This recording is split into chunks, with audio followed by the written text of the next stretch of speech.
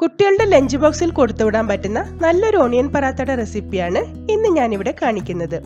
വളരെ സോഫ്റ്റ് ആയിട്ടുള്ള ഈ പറാത്ത ഉണ്ടാക്കാൻ വളരെ ഈസിയാണ്. അതുപോലെ തന്നെ ഇത് കഴിക്കാൻ പ്രത്യേകിച്ച് കറികളുടെ ഒന്നും ആവശ്യമില്ല.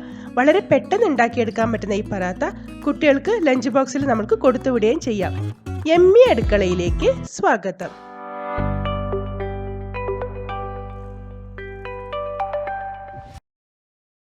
ഇനി നമ്മൾക്ക് ഒണിയൻ പറാത്ത ഉണ്ടാക്കാൻ തുടങ്ങാം.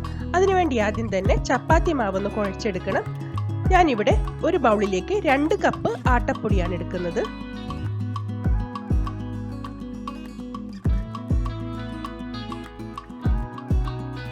ഇനി ഇതിലേക്ക് ആവശ്യത്തിനുള്ള ഉപ്പും 1 ടീസ്പൂൺ ഓയിലും കൂടെ ചേർത്ത് നന്നായി ഒന്ന് മിക്സ് ചെയ്തെടുക്കാം.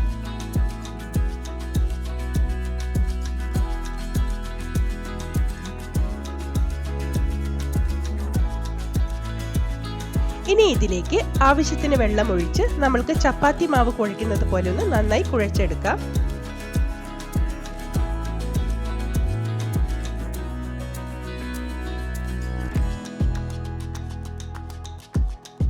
ചപ്പാത്തിക്കുള്ള മാവ് ഇവിടെ നന്നായി കുഴച്ചെടുത്തിട്ടുണ്ട്. ഇനി ഇത് നമ്മൾക്കൊന്ന് അടച്ചു വെച്ച് 10 മിനിറ്റ് റെസ്റ്റ് ചെയ്യാൻ വെക്കാം. ഈ സമയം കൊണ്ട് നമ്മൾക്ക് പറാത്തയ്ക്ക് ആവശ്യമായിട്ടുള്ള ഫില്ലിംഗ് തയ്യാറാക്കാം.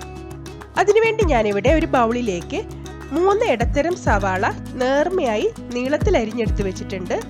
ഇനി ഇതിലേക്ക് 1 ടേബിൾ സ്പൂൺ ഇഞ്ചി വെളുത്തുള്ളി ചതച്ചത് ചേർത്ത് കൊടുക്കുക. ഇഞ്ചി വെളുത്തുള്ളി പേസ്റ്റ് ആയാലും മതി. ഇനി ഇതിലേക്ക് 2 പച്ചമുളക് ചെറുതായി വട്ടത്തിൽ അരിഞ്ഞതും ചേർത്ത് കൊടുക്കുക. കുട്ടികൾക്ക് കൊടുക്കാനാണെങ്കിൽ പച്ചമുളക് സ്കിപ്പ് ചെയ്യാവുന്നതാണ്. ഇനി ഇതിലേക്ക് നമ്മൾക്ക് മസാലപ്പൊടികൾ ചേർത്ത് കൊടുക്കാം. 1/2 ടീസ്പൂൺ മല്ലിപ്പൊടി, 1 ടീസ്പൂൺ മുളക് പൊടി, 1/2 ടീസ്പൂൺ ഗരം മസാല, 1 ടീസ്പൂൺ ചാട്ട് മസാല. ചാട്ട് മസാലയ്ക്ക് പകരം നിങ്ങൾക്ക് ജീരകം പൊടിച്ചതോ അല്ലെങ്കിൽ ആംചൂർ പൗഡറോ ചേർക്കാവുന്നതാണ്. ഇനി ആവശ്യത്തിന് ഉപ്പ് ചേർത്ത് കൊടുക്കുക. 1 പിടി മല്ലിയില കൂടി ചേർക്കുന്നുണ്ട്. ഇനി ഇതിലേക്ക് ഒരു ബൈൻഡിങ്ങിന് വേണ്ടിയിട്ട് ഒരു ചെറിയ ഉരുളക്കിഴങ്ങ് പുഴുങ്ങി നന്നായി ഒന്ന് പൊടിച്ചെടുത്തത് ചേർത്ത് കൊടുക്കുക. ഇനി ഇതെല്ലാം കൂടി നന്നായി ഒന്ന് മിക്സ് ചെയ്തെടുക്കാം. മസാലപ്പൊടികളൊക്കെ നിങ്ങളുടെ ഇഷ്ടത്തിനനുസരിച്ച് നിങ്ങൾക്ക് ചേർത്ത് കൊടുക്കാവുന്നതാണ്. നിങ്ങൾക്ക് ഗരം മസാലയ്ക്ക് പകരം ചിക്കൻ മസാലയൊക്കെ ചേർത്ത് കൊടുക്കാവുന്നതാണ്.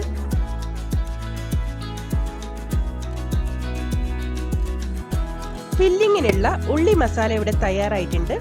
ഇനി നമ്മൾക്ക് പറാത്ത ഉണ്ടാക്കാൻ തുടങ്ങാം. നമ്മൾ നേരത്തെ കുഴച്ചെടുത്ത് വെച്ചിരുന്ന ആട്ടയിൽ നിന്നും ഒരു ചെറുനാരങ്ങ വലുപ്പത്തിലുള്ള ഉരുളകളായി ഉരുട്ടിയെടുത്തതിന് ശേഷം ഇതുപോലെ ചപ്പാത്തി പരത്തിയെടുക്കാം.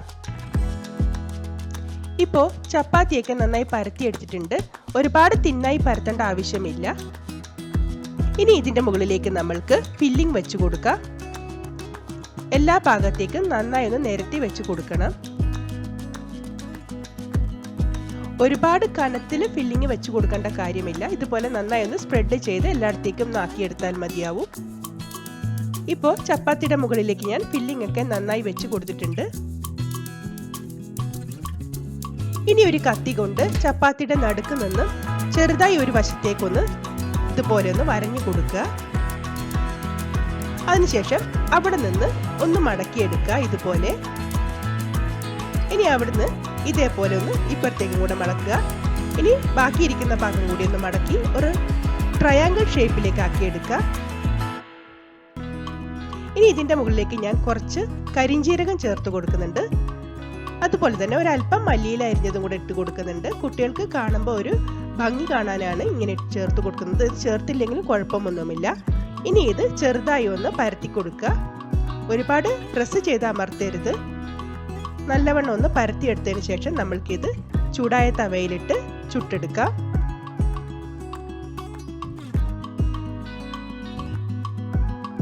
തവ നന്നായി ചൂടായി കഴിയുമ്പം ഇതിലേക്ക് ഒരല്പം എണ്ണ ചേർത്ത് കൊടുക്കാം. എല്ലാ ഭാഗത്തേക്കും ഒന്ന് സ്പ്രെഡ് ചെയ്തതിന് ശേഷം നമ്മൾക്ക് പരത്തി വെച്ചിരിക്കുന്ന പറാത്ത ഇതിലേക്ക് ഇട്ട് കൊടുക്കാം.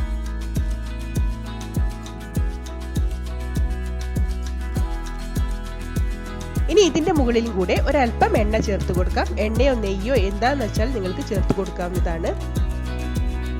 ഫ്ലെയിം എപ്പോഴും മീഡിയത്തിലായിരിക്കാൻ ശ്രദ്ധിക്കണം. ഹൈ ഫ്ലെയിമിൽ വെച്ച് കൊടുത്താൽ പുറംഭാഗം പെട്ടെന്ന് കരിഞ്ഞു പോകും. ഉള്ളു വേവുകയില്ല. അതുകൊണ്ട് മീഡിയം ഫ്ലെയിമിൽ തന്നെ ഇട്ട് തിരിച്ചും മറിച്ചുമിട്ട് ചുട്ടെടുക്കാൻ ശ്രദ്ധിക്കണം.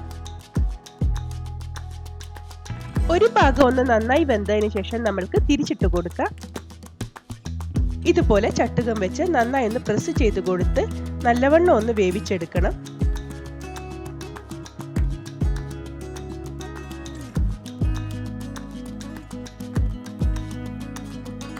രണ്ട് ഭാഗവും നന്നായി വെന്ത് മൊരിഞ്ഞു വന്നതിന് ശേഷം നമ്മൾക്കിത് തവയിൽ നിന്നും കോരി മാറ്റാം.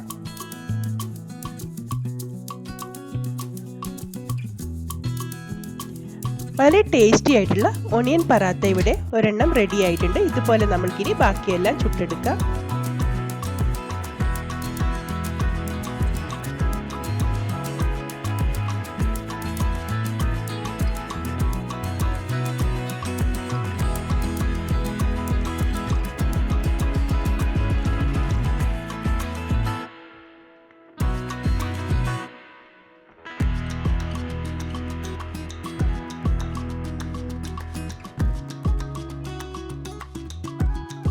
പെട്ടെന്ന് ഉണ്ടാക്കിയെടുക്കാൻ പറ്റുന്ന നല്ലൊരു ബ്രേക്ക്ഫാസ്റ്റ് റെസിപ്പിയാണ് ഈ ഒണിയൻ പറാത്ത.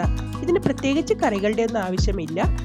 മിന്റ് ചട്നിയോ അല്ലെങ്കിൽ റൈത്തയോ ഏതെങ്കിലും ഉണ്ടെങ്കിൽ ഇത് നന്നായിട്ട് കഴിക്കാനും പറ്റും. വളരെ സോഫ്റ്റ് ആയിട്ടുള്ള ഈ ഒണിയൻ പറാത്ത നിങ്ങൾ എല്ലാവരും ഒന്ന് ട്രൈ ചെയ്ത് നോക്കൂ. എല്ലാവർക്കും എന്തായാലും ഇഷ്ടപ്പെടുന്നതായിരിക്കും.